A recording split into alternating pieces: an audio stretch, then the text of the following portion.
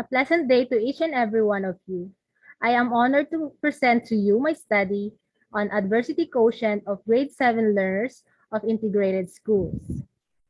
I am Margie Galvez of DepEd City of San Fernando, La Union. Adolescence is a transitional stage between childhood and adulthood. The ability of an adolescent to cope with adverse challenges and changes in the environment plays a vital role to learn on how to be resilient and confidently face all the challenges in life as they prepare themselves to be responsible and productive member of the society. According to Fourth Behavioral Health on 2019, adversities can be in a form of having a physical disability, having a mental problem or mental illness, disruption of emotional maturity, limited social interaction, conflicts in beliefs and faith, and can't afford to provide necessities. In 2015, Stoltz defined adversity quotient as the score that measures the ability of a person to deal with adversities in his life and is commonly known as the science of resilience. In 2016, Espanola evaluated one's adversity quotient, and it is important to consider the different dimensions such as control, origin and ownership, reach, and endurance. Control is on how an individual handles and responds to adverse events and changes in life. Origin and ownership is when an individual blames himself or herself from having a difficulty in life. Reach is the ability of an individual to precisely address his problem and manage it better. And endurance is the ability of an individual to perceive that adversities are temporary or not permanent in life. The Department of Education RA 10533 or K-12 curriculum is a learner-centered and responsive to various learners' needs, cognitive development, and cultural understanding. It improves learners' minds and skills, aids decision-making, and allows them to be more prepared and knowledgeable.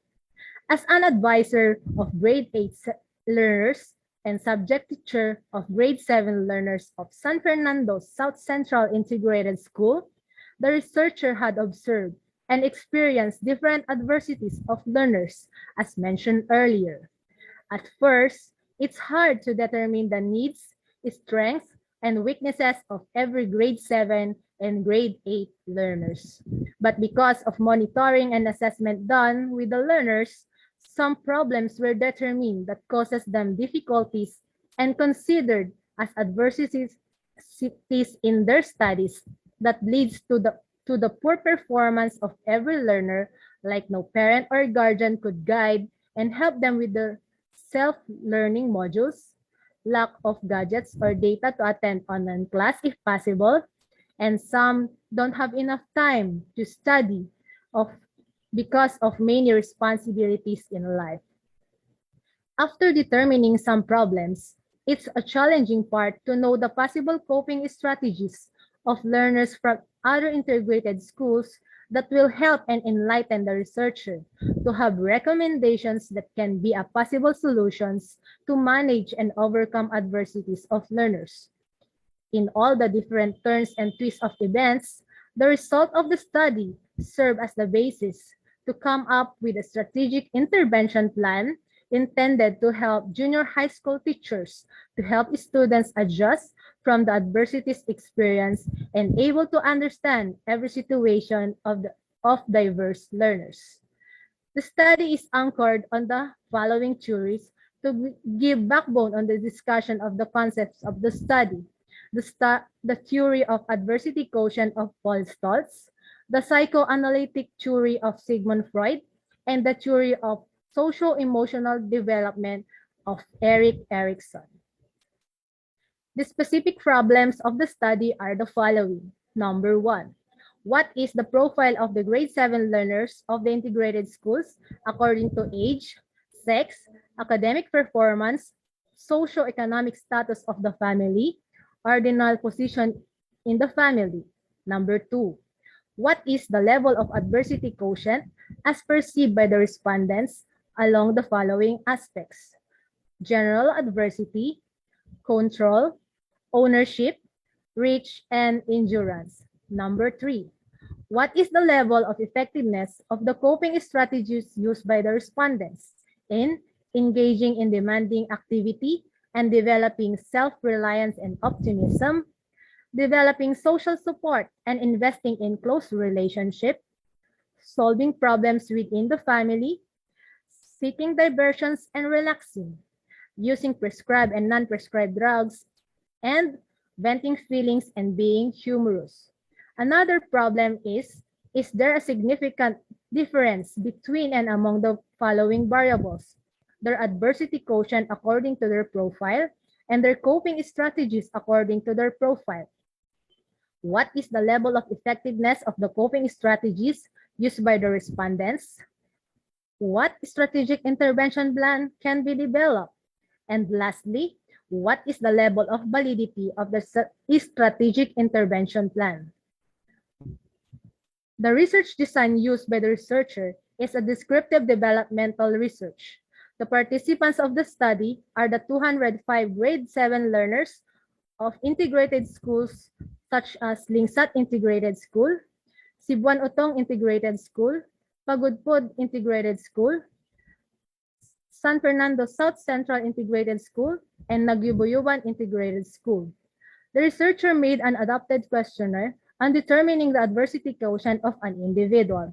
The data gathering procedures are adherence to the UCC ERB protocol, and in data management, the researcher made use of the descriptive and inferential statistics.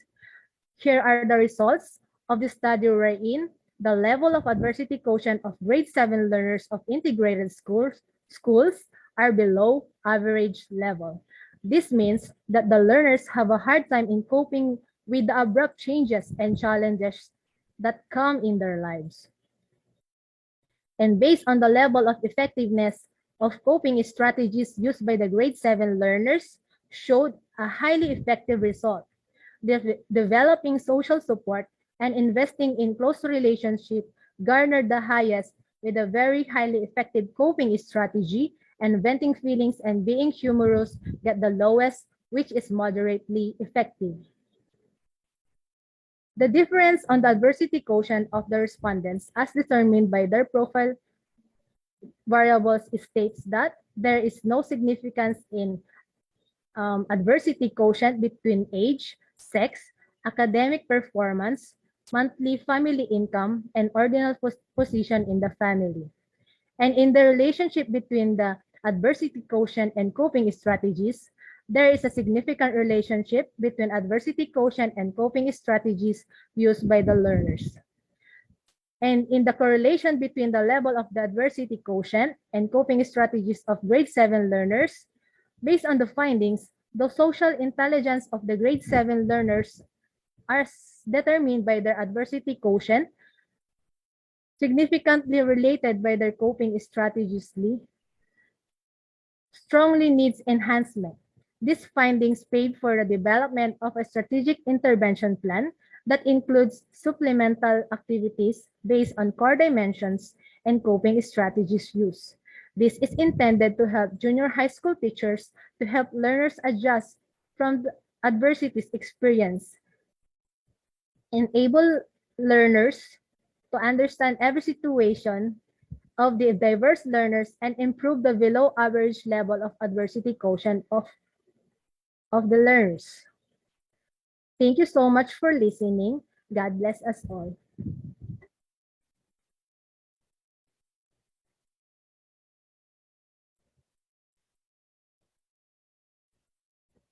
Sir, stop recording ngayon, sir. And then, yes.